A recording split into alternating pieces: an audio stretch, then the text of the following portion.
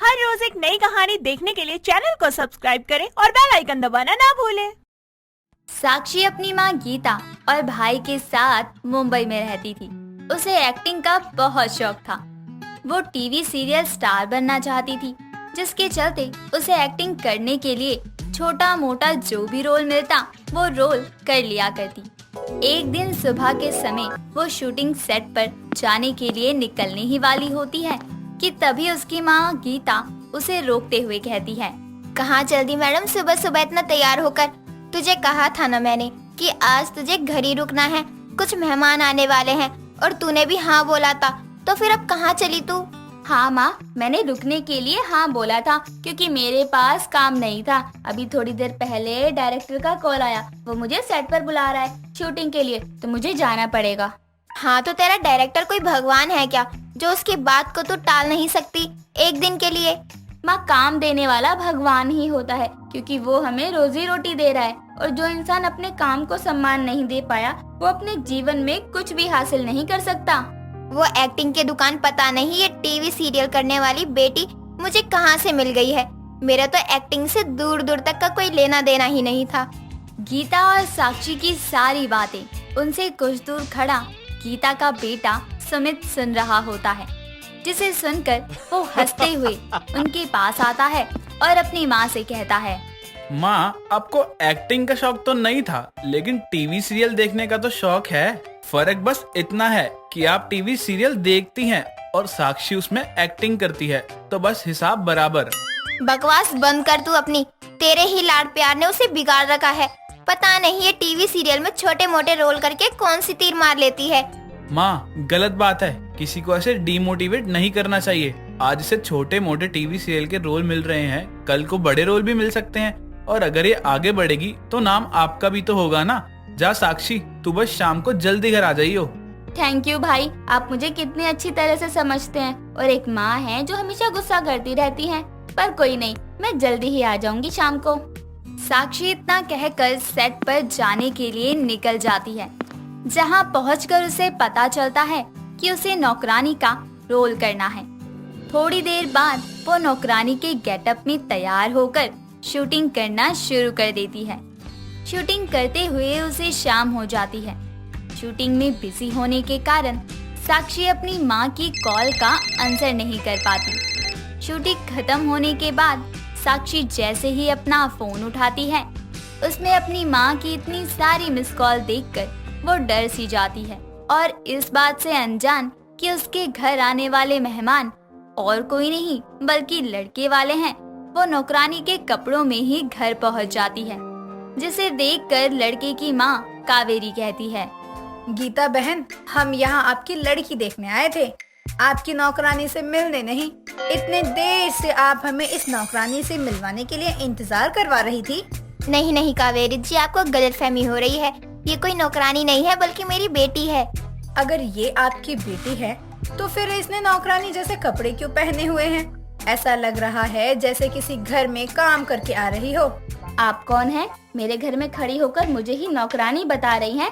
Actually मैं TV serial में छोटे छोटे रोल करती हूँ, उसी में मुझे आज नौकरानी का रोल करना था और मैं जल्दबाजी में माँ की कॉल देखकर उन्हीं कपड़ों में घर आ गई। मैं कोई नौकरानी नहीं बल्कि इस घर की बेटी हूँ, और आप अपना परिचय दीजिए। ये क्या बात हुई गीता जी? जिसे हम देखने के लिए आए हैं उसे तो कुछ पता ही नहीं है। अपनी बेटी को बताया नहीं कि आज उसे लड़के वाले देखने आ रहे हैं। वो मैंने सोचा एक बार आप मेरी बेटी को सामने से देखकर पसंद कर लेंगे, उसके बाद ही मैं अपनी बेटी को बताऊंगी। अब आप बताइए आपकी क्या राय है? देखिए, मुझे इस रिश्ते के लिए कोई ऐतराज नहीं है, मुझे रिश्ता मंजूर है। अगर आप लोगों की तरफ से हाँ हो तो मुझे फोन पर बता दीजिएगा। अब मैं चलती हूँ। कावेरी इतना कहकर वहाँ से चली जाती है, जिसके बाद गीता साक्षी को सारी बातें बताते हुए जैसे तैसे करके शादी के लिए मना लेती है। समय बीतता है। समय के साथ साक्षी की शादी आलोक नाम के लड़के से हो जाती है, लेकिन शादी के बाद भी साक्षी टीवी सीरियल में छोटे मोटे रोल करना नहीं छोड़ती। एक दिन सुबह के समय कावेरी के दरवाजे की बेल बजती है, तो वो जैसे ही दरवाजा खोलती है, सामने अपनी बहू को दूध बेचने वाली के भेष में देखकर उससे कहती है, बहू, सुबह सुबह ये क्या ड्रामा लगा रखा है तूने? ये कैसे दूध बेचने वालों की तरह कपड़े पहने हुए हैं तूने? अब क्या तूने ये काम भी शुरू कर दिया? अरे ऐसी कौन सी जरूरत आन पड़ी थी तुझे? अब क्या करे मेम साहब, इस गरीब पेट को पालने के लिए कुछ ना कुछ तो काम करना ही पड़ेगा ना, इसलिए हम दूध बेचने का काम शुरू कर दिए हैं। ये तो क्या बकवास कर रही है? बहू, जल्दी से घर के अंदर आ जा, वरना अगर किसी ने तुझे ऐसे दूध बेचते हुए देख लिया ना तो पूरे मोहल्ले में मेरी बदनामी हो जाएगी कि कावेरी की बहू ने अब दूध बेचने का भी काम शुरू कर दिया। मेम साहब, हम आपकी कोई बहू नहीं है, हम तो एक गरीब दूध बेचने वाली हैं। अगर आपको दूध लेना है तो ठीक है, वरना हमें और घरों में भी दूध देना है। हम चलते हैं, फोकट में हमारा टाइम खराब कर दिया। साक्षी इतना कहकर मोहल्ले के दूसरे घरों में दूध बेचने के लिए चली जाती है।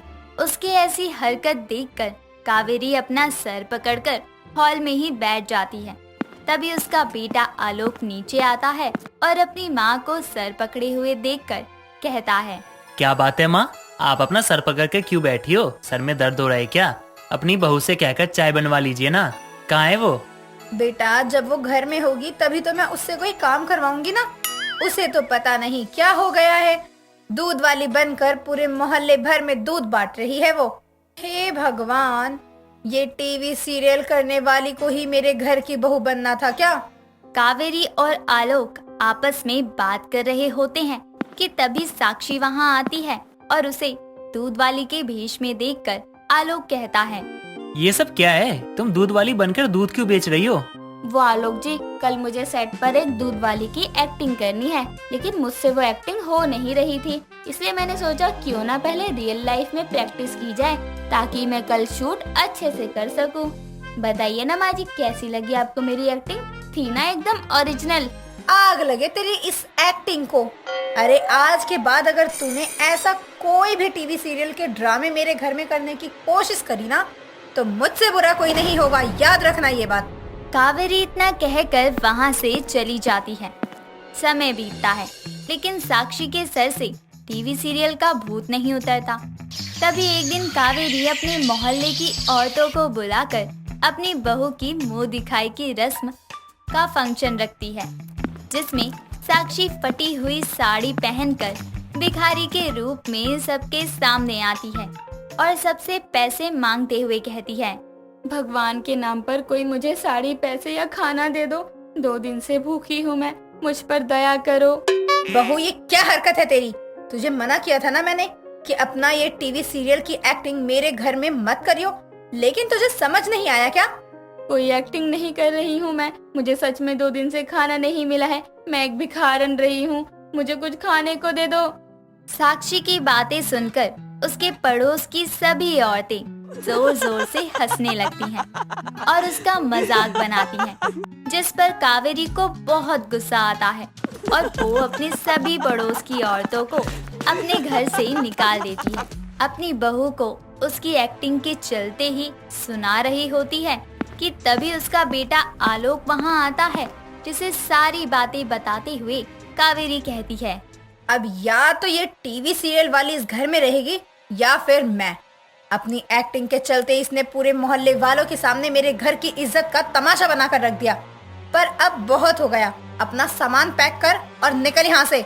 माँ जी, आप ऐसा मत बोलिए, मुझे माफ कर दीजिए, मुझे नहीं पता था कि मेरी एक्टिंग के चलते आपकी इतनी इंसल्ट होगी। मैं आपसे वादा करती हूँ कि आज के बाद मैं कभी भी घर में कोई भी एक्टिंग नहीं करूँगी।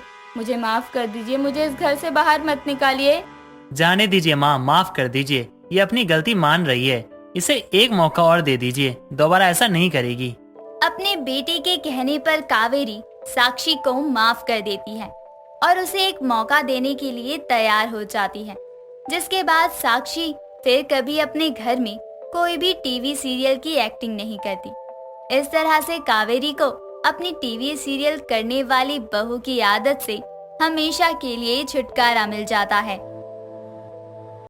दोस्तों, अगर आपको ये कहानी पसंद आई तो इसे लाइक करें, शेयर करें और कमेंट करके बताएं कि कहानी में आपको सबसे अच्छा क्या लगा।